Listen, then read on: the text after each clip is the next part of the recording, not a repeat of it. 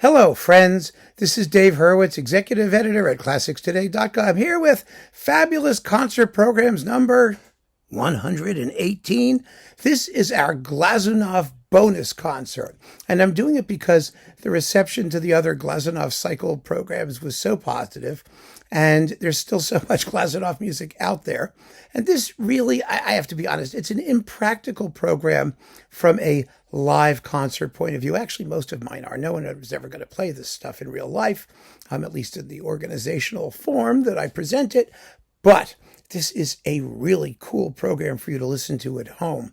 And if anybody ever did do it live, oh my gosh, I would be out there in half a second, because it features 3 works by Glazunov paired with 3 identically titled works by other composers that are really famous, whereas Glazunov's are not.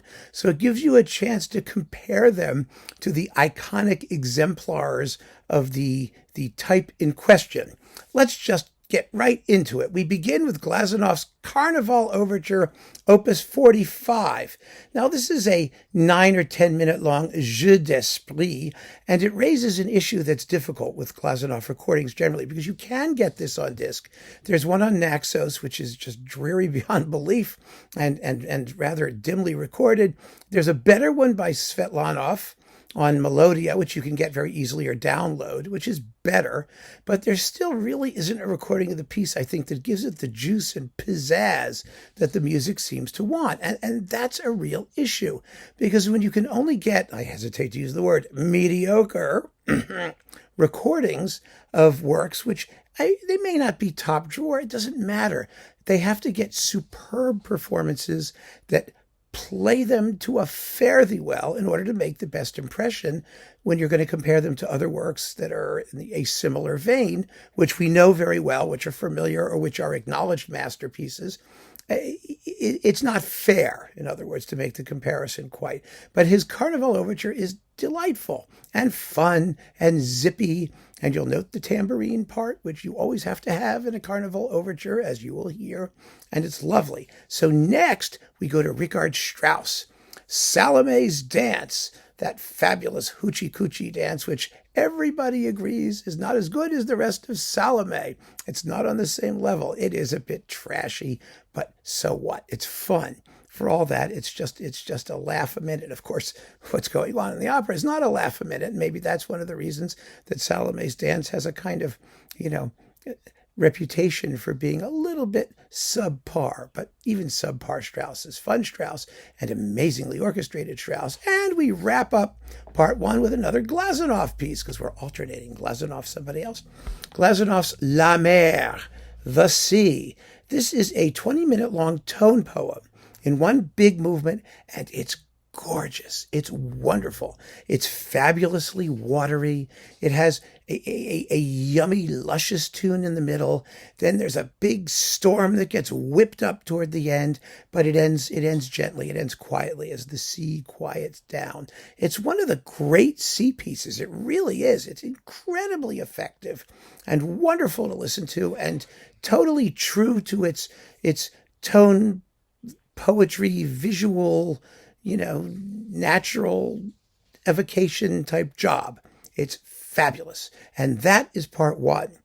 So we go away for intermission. You want to take a break before you come back.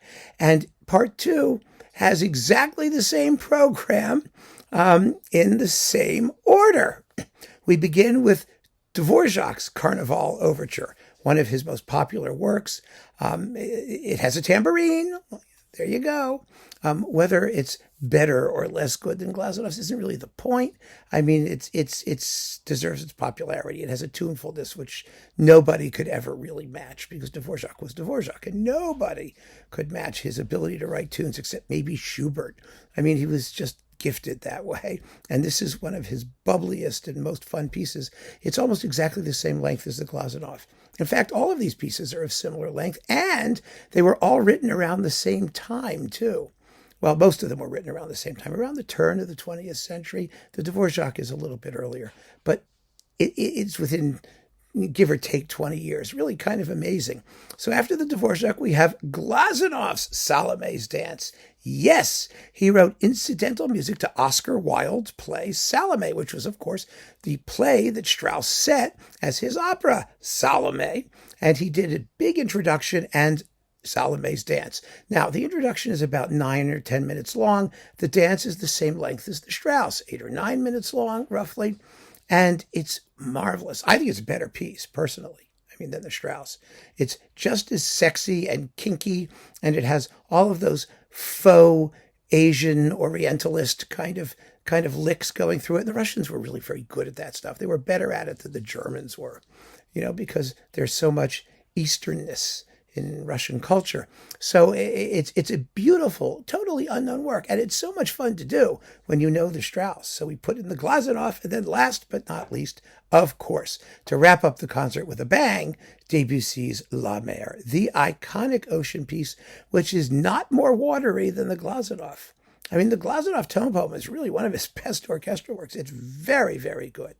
And of course, it's not fair in some respects to, compare something which is completely unknown to something which is known, like you could sing it by heart, because of course, the familiarity of one will overshadow the unfamiliarity of the other. So you have to get to know these pieces. But there are wonderful recordings of both La Mer and Salome's Dance.